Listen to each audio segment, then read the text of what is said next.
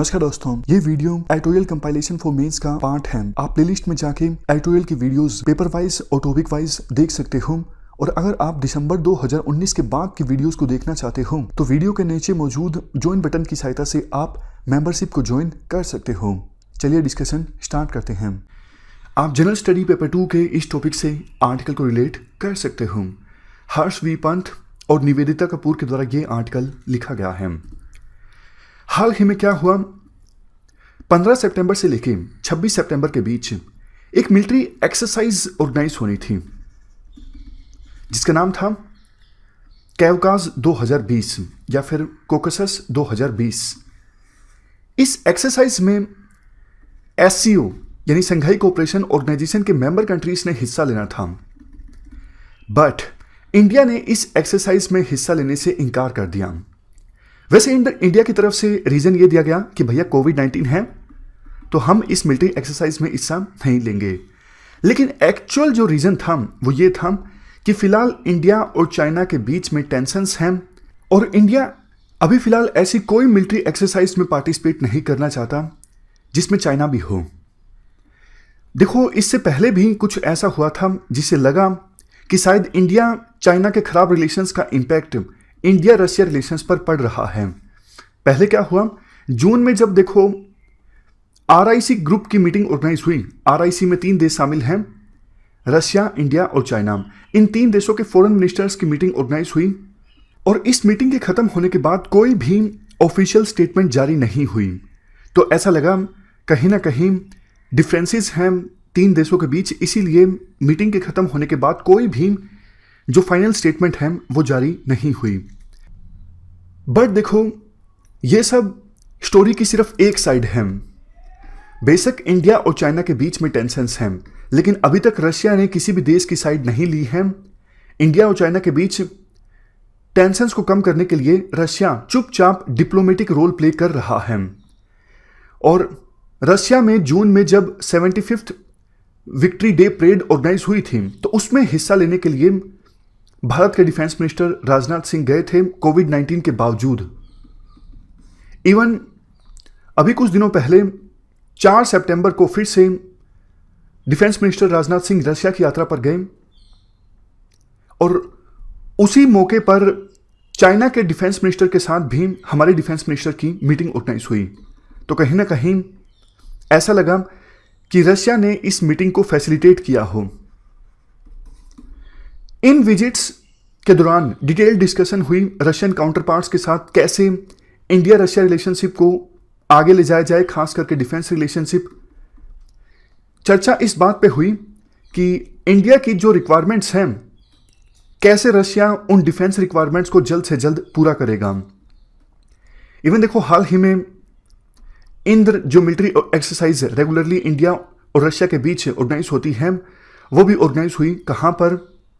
Indian ocean में काफ़ी strategic location है, अंडमान और निकोबार आइलैंड्स के पास ये इंद्र मिलिट्री एक्सरसाइज ऑर्गेनाइज हुई।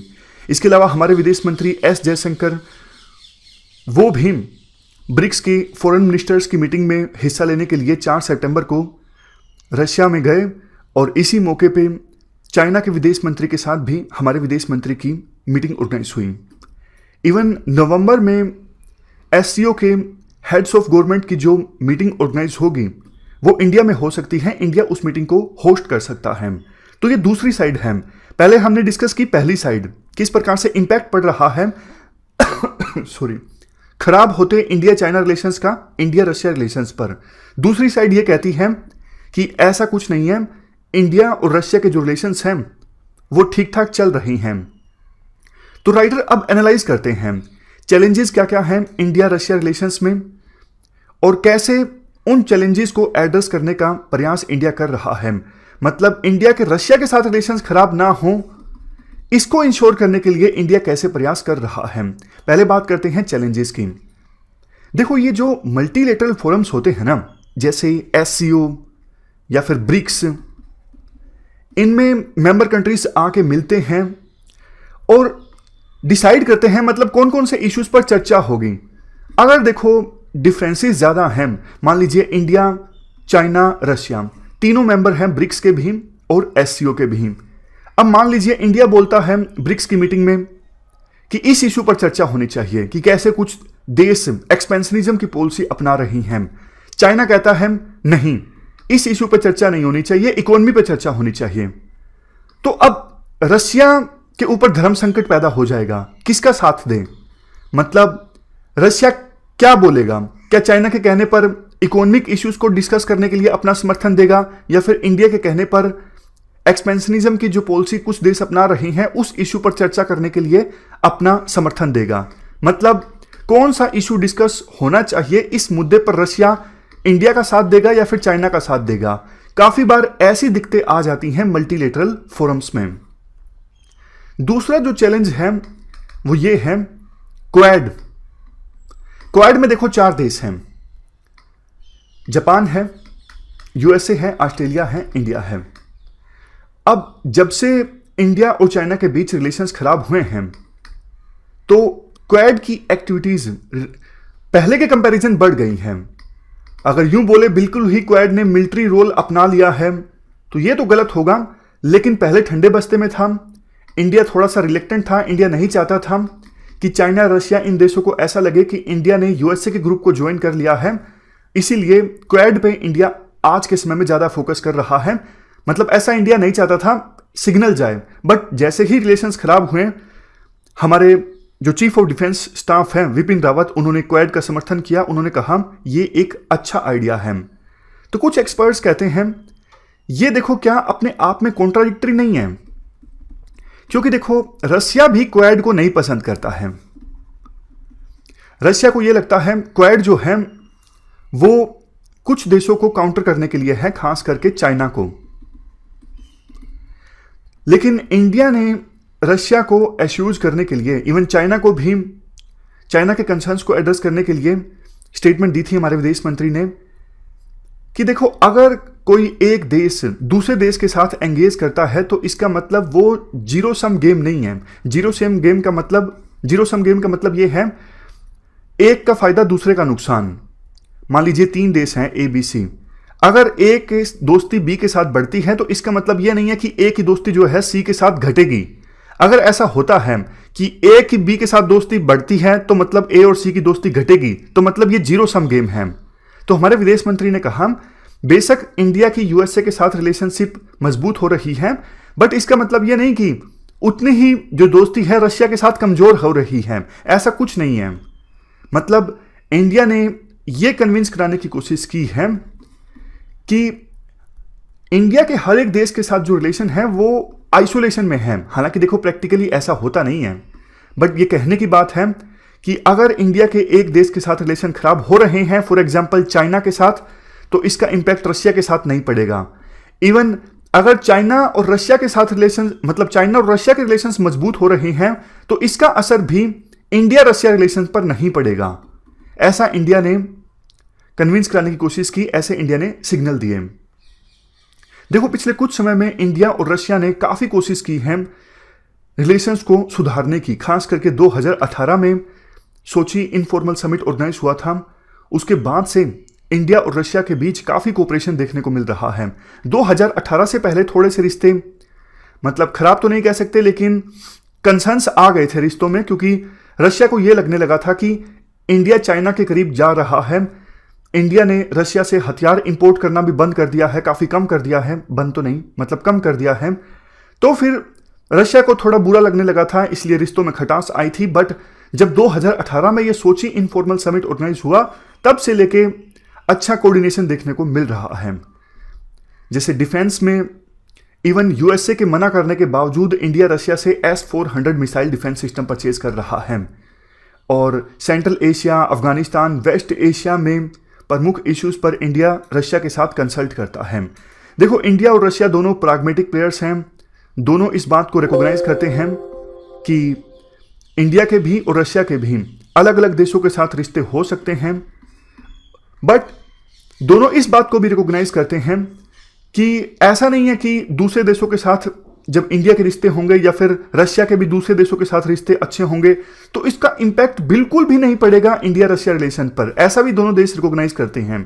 इंपैक्ट तो पड़ेगा, लेकिन कोशिश की जाएगी उस इंपैक्ट को कम से कम किया जाए। देखो मेन जो दिक्कत है वो है चाइना के राइज की। जैसे ही चाइना राइज हो रहा है ना, पूरा बैलेंस ऑफ पावर चेंज हो रहा है, और इसी चेंज होते बैलेंस ऑफ पावर के कारण रशिया और चाइना के रिश्ते बहुत मजबूत हो गए हैं। इसका मेन रीजन यूएसए भी है। 2014 के बाद से ही, जब से यूएसए ने 2014 में रशिया के ऊपर सैंक्शंस लगाए हैं, तब से रशिया चाइना के बहुत करीब चला गया है, क्योंकि रशिया को अपनी गैस बेचनी है, ऑयल बेचना है। अब वेस्टर्न कंट्रीज नहीं खरीदेंगे तो कौन खरीदेगा? चाइना खरीद रहा है, तो इसलिए रशिया की चाइना के ऊपर डिपेंडेंसी बढ़ती जा रही है। बट देखो यूएसए चाइना को रिविजनिस्ट पावर मानता है।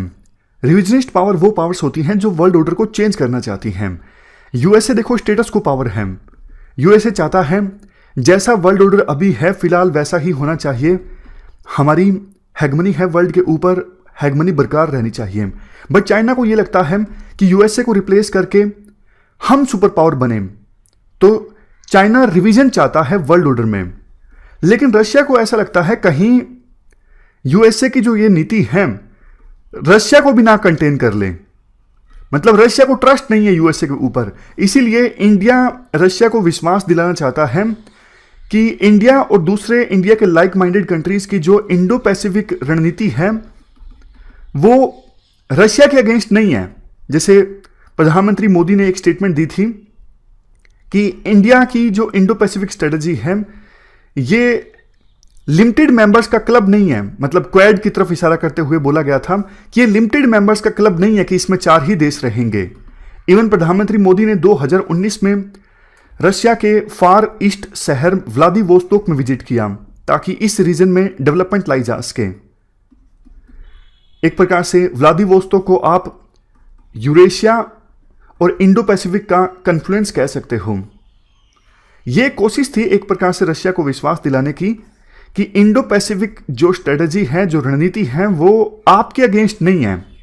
फाइनल वर्ड्स में देखो, मतलब फेव वॉरफेयर में यह कहा जाता है, अगर देखो पूरा वर्ल्ड 2 ग्रुप्स में डिवाइड होता है, एक तरफ चाइना और चाइना के मित्र देश और दूसरी तरफ यूएसए और यूएसए के अलाई कंट्रीज, तो इससे इन दोनों को नुकसान होगा, इंडिया को भी रशिया को भी। क्यों? क्योंकि देखो इंडिया यूएसए का चेला बन के नहीं रहना चाहता। मतलब ऐसा नहीं चाहता कि यूएसए की बात इंडिया को माननी पड़े, यूएसए के हिसाब से इंडिया अपनी फॉरेन पॉलिसी डिसाइड करे, ऐसा इंडिया बिल्कुल नहीं चाहता। इंडिया अपनी फॉरेन पॉलिसी में चाहता है स्ट्रेटेजिक ऑटोनॉमी, मतलब अपने आप से अपनी फॉरेन पॉलिसी डिसाइड करे अपने नेशनल इंटरेस्ट को देखते हुए। उसी प्रकार से रशिया भी चाइना का जूनियर पार्टनर नहीं बन के रहना चाहता। तो इसलिए वर्ल्ड अगर 2 ग्रुप्स में डिवाइड होगा तो दोनों को नुकसान होगा, इंडिया को भी रशिया को भी। तो ग्लोबल ऑर्डर जो है वो इवॉल्व हो रहा है। बिल्कुल सेम फॉरेन पॉलिसी रशिया और इंडिया फॉलो करें ये तो मुश्किल है। बट हाँ, इतना जरूर है, वर्ल्ड ऑर्डर में जो जो चेंजेस आ रहे हैं उसका असर इंडिया रशिया रिलेशन पर नहीं पड़ना चाहिए। ये दोनों देश मिलकर इंश्योर करें। तो ये पूरा आर्टिकल हमने डिस्कस किया। चाइना के साथ खराब होते रिलेशंस का इंपैक्ट पड़ेगा इंडिया रशिया रिलेशंस पर या फिर नहीं पड़ेगा। इस डिस्कशन में फिलहाल इतना ही है। Thank you very much for discussion.